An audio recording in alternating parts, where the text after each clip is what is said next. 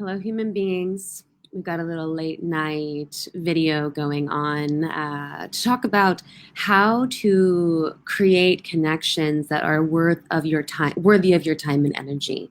And this is a conversation that I actually think is the baseline for really what determines the level of personal power and fulfillment that we experience in everyday interactions. And it's been coming up a lot in the conversations with my appetite course, which is a virtual group course for women doing a lot of work around our relationship to our own desires.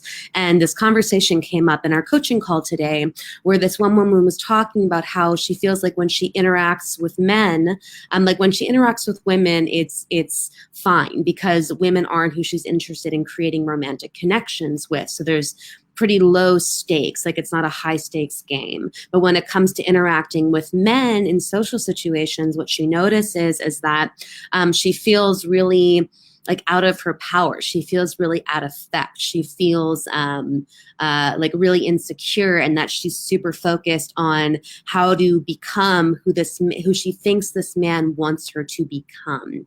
And this is so much of what I struggled with in my early 20s, mid 20s, and it's still a practice today. Really looking at when we're in social interactions with people who we aren't necessarily super comfortable with, or we have a desire to be perceived in a certain way, there can be this thing that happens where, so let's say that ideally you want to be your own center of gravity. You want to be centered in yourself. Another way of looking at it is that you are the main character in your story, the epic storybook of your life. You are the main character.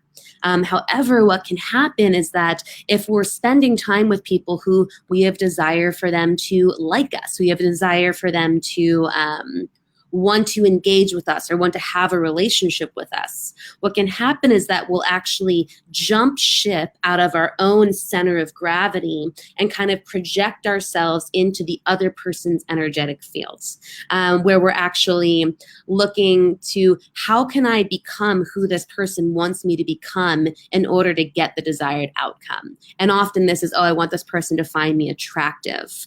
But the problem here is that when we do that, when we kind of jump out of our own bodies and into the other person to try and figure out who do I need to become?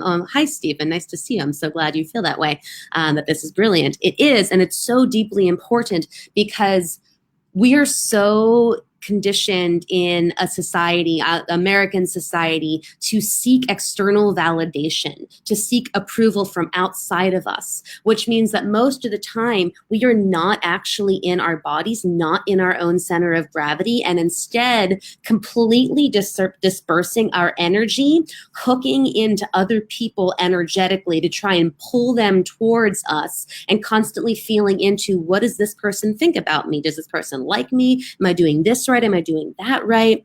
And the problem with this is that it pulls us completely off of our own center.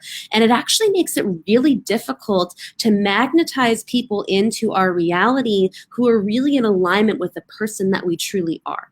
Now, when I say in alignment, I mean based upon the person that I am in this moment, how connected I am to my self-worth, how connected I am to my personal truth, how connected I am to my value.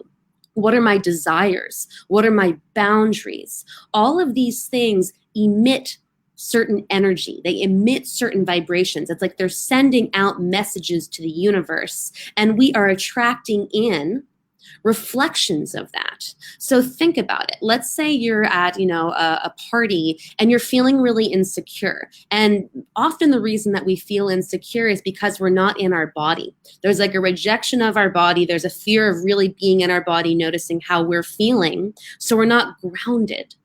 Most of us are walking around not actually grounded in our bodies because we have a story around why it's not safe to be here, why it's not good enough to be, we're not good enough to be in this body, why we're not attractive enough, successful enough, whatever it is. So we wind up sending out all these messages and all these feelers about what we're attracting into our reality when we're not actually grounded in ourselves. So what I want to invite is when when you're in an interaction with someone, and there can be the tendency to want to try and figure out, how are they feeling? Are they liking me? Instead, I want to invite you to redirect the attention back to yourself and notice, how do I feel in my body in relation to this person? Do I feel safe in my body in relation to this person? Do I feel open in my body in relation to this person? Do I feel connected to myself in relation to this person? Our body has such an amazing capacity to inform us about what we want and what we don't want. Do we feel safe or do we not feel safe? But the problem is, we exist in a culture that's really conditioned us to feel that we're not worthy of the love that we want. So rather than just staying in our own center of gravity, instead we'll just go grasping outside of us to try and get whatever kind of like lukewarm connection or mediocre fulfillment might be available, because deep down there can be this fear that we can't have the most fulfilling, amazing version of connection that we could possibly imagine. One of the things that I say to a lot of the people that I work with is that, like, you're the party. Like, what do I mean by that? Like, you are the party. Wherever you are the party. In your body, around you is the place to be. And if you can walk around with this feeling of, I wouldn't rather be anywhere other than I am right now, that is magnetic. That is attractive. And the more you can be rooted in that, so devoted to yourself, which means that you have to be willing to miss out. A big issue with this can be FOMO. It can be the fear that if I just stay in my body and I'm not out constantly grasping, I'm going to miss out on something. So what I'm really going to invite you to reconsider is that the more deeply we get grounded in who we are and connected to our authentic self, to our true heart, we might not have as many connections as we might think we want, but the connections that we do magnetize in and the connections that do stick are the ones that are most aligned, that are going to be the most fulfilling. And that is the thing that we need to start realizing, is that we cannot get what we want from a place of feeling insecure and that there is a scarcity of something available, or that we can't have what we want. Because if that's what we believe, that we were not worthy, that there's a scarcity of what we want and that we can't have it, that's the message that we are going to be sending out. So rather than constantly pushing for more and more and more, the invitation is to actually come inward. Turn your attention inward. Really start exploring the parts of you that don't feel worthy of what you want, because that is way more significant work to do than going out to the bar every night. The more we can really connect to our own center, to our own desires, to our own worthiness, to the gift that our attention and connection is. This is what I tell a lot of female clients, whether they're already in relationship or whether they're wanting to attract a relationship in, is that, like, opening up and allowing something into your energetic system, into your emotional system, is one of the most nourishing gifts a woman can give a man.